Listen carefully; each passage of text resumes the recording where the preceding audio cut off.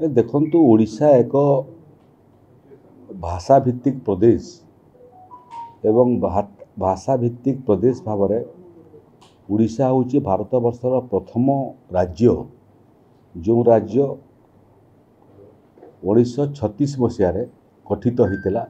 Jar 100 वर्ष पूर्ति 2036 मसीह हेब। कुटिया ओडिशार एक अविच्छेद्य अंग एवं या नहीं कौन सालिश हेब नहीं। तृतीय विषय है जे कुटिया एभलिया गोटे प्रसंग जो प्रसंग आजिर कि कालीर नुह ये प्रसंग मध्य 100 वर्षर ऊर्ध्व हो गला। इंग्रेज शासन समयरू यही प्रसंग ओडिशा एवं आंध्र प्रदेश भितर लगी रही। एबे ये प्रसंग को लेकर गुड़िए माली मोकदमा मध्य भारत वर्षर विभिन्न कोर्टे एवं सुप्रीम कोर्टे मध्य चली जोटा ठीक भाव में परिचालना नहबा कारण ओडिशा क्षतिग्रस्त है एवं सुप्रीम कोर्टे निजर पक्ष ठीक भाव में रखी पारला नहीं। एबे शेष केसटा मध्य चली जो केसटा को अतीतर केस रे ओडिशा हारिबा परे एबे ताकू आमे पुनी पुनर्जीवित करिवार प्रयास जारी रखिचु। जो वकील माने करूछंती एवं वकिलाती रे जो मानकर बहुत अनुभव अछि से मानकू मध्य आमे परामर्श करूछु। ये जो बैठक आज अनुष्ठित होता सेटा मोर सभापतित्व रे जो कमिटी गठित होइछि से कमिटीर एटा प्रथम बैठक। ये कमिटी रे एसीएस रेवेन्यू कठारू आरंभ करी ओडिशार जो जो विभाग सबू विकासर काम रे संपृक्त थाए एवं उत्तरदायित्व अच्छी तार मध्य प्रिंसिपल सेक्रेटरी माने एसीएस माने उपस्थित थिले। जेमिति गृह विभाग अच्छी, ग्राम उन्नयन विभाग अच्छी, पंचायती राज विभाग अच्छी, स्वास्थ्य विभाग अच्छी, शिक्षा विभाग अच्छी, ये समस्त विभागर अधिकारी माने उपस्थित थिले। तार संगरे जिलापाल, दक्षिणांचल राजस्व कमिशनर, दक्षिणांचल आईजी, कलेक्टर, एसपी एमाने मध्य उपस्थित थिले। पूर्वरु ये समस्या को समाधान करिवार प्रयास करिथिबा कोरापुट जिल्लार पूर्वतन जिलापाल एवं सुपरिटेडेंट ऑफ पुलिस ये माने मध्य उपस्थित थिले। जो माने कुटिया को लेकर काम अतीत करिसंती एवं एबे मध्य कार्यरत अछंती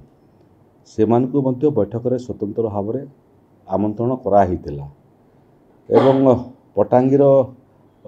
विधायक मध्य आमे ये बैठक रे डाकिथिलु। आज प्राथमिक आलोचना समाप्त होती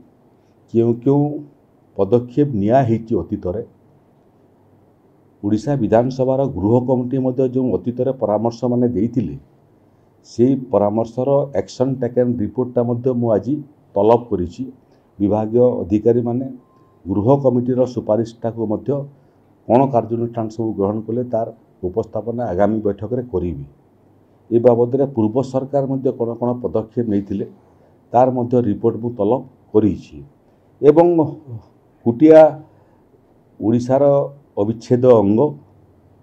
कुटियावासी कर हृदय जय करिबा पई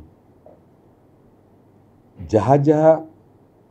करिवार आवश्यकता अछि विकासमूलक काम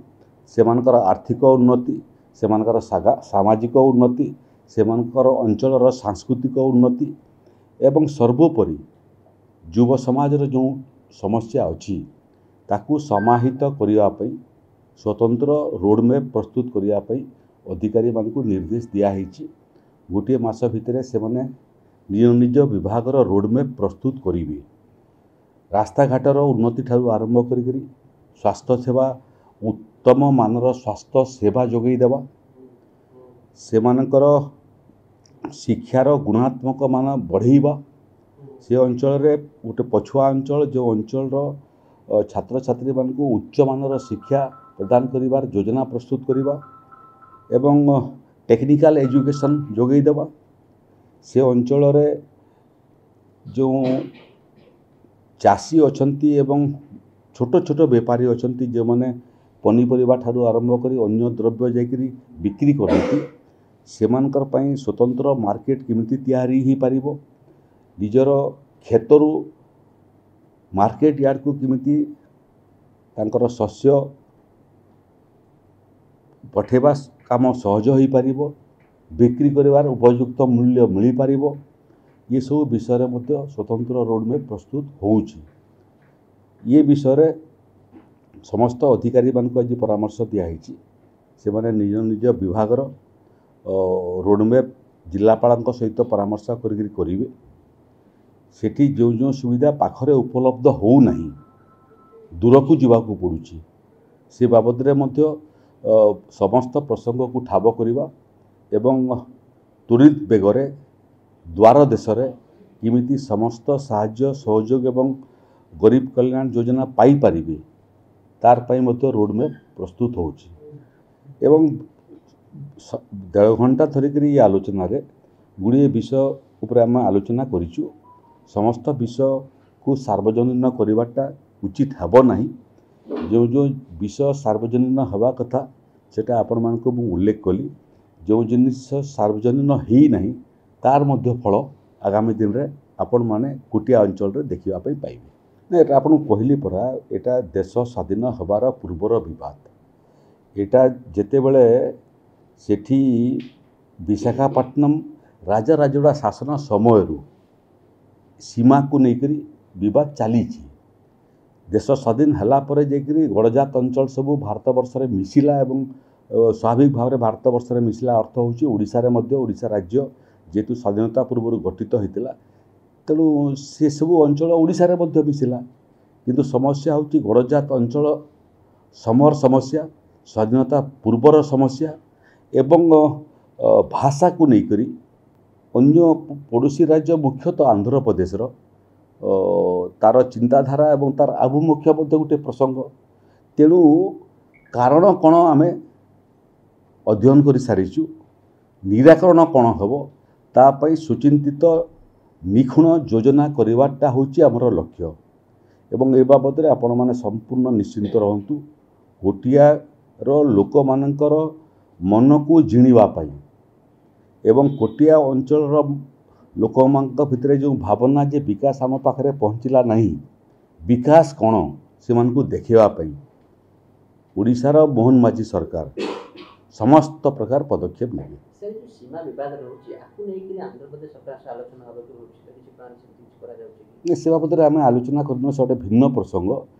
सेटा प्रशासनिक स्तर रे कथावार्ता हेबो राजनीतिक स्तर रे कथावार्ता हेबो कथावार्ता हेबाटा गणतंत्र एक प्रक्रिया स्वाभाविक भाव में हेबा उचित और आकु एटा भी हेबो किंतु मोर जेतिकी दायित्व अछि से दायित्व हला कोटिया प्रसंगर अतीतर इतिहास को अध्ययन करिबा कोटिया प्रसंग काहेकि उपजिला ताकू अध्ययन करिबा यार कारण कौन ताकू अध्ययन करिबा एवं ए विवाद को न पशिकरी ओडिशार जहाँ जहाँ योजना अच्छी एवं जो योजना पाइबारे कुटियावासी अतीत वंचित होते एवं विकास धारा को देखिबार सुजोग पाई नथिले एबे मोर दायित्व होची तार योजना प्रस्तुत करिबा समस्त ओडिशार योजना एवं केंद्र सरकार योजना मूलतः गरीब कल्याण योजना लोकों पाखरे पहुँचवा एवं सेमानकर आर्थिक सामाजिक एवं सांस्कृतिक जीवन धारा को आहुरी उन्नततर करने जहाँ जहाँ पदक्षेप एवं कार्यानुष्ठान आवश्यकता अच्छी सीटा मोहन माझी सरकार नेब एवं शेष विषय आपन को कहूँ जी अतीत को न देखिक वर्तमान को देखा एवं कुटिया अंचल लोक मानकर भविष्यत को ओडिशा सांगरे जोड़वा एवं तांकर सामग्रिक विकास पई समस्त पदक्षेप नेबा ओडिशा सरकार दायित्व।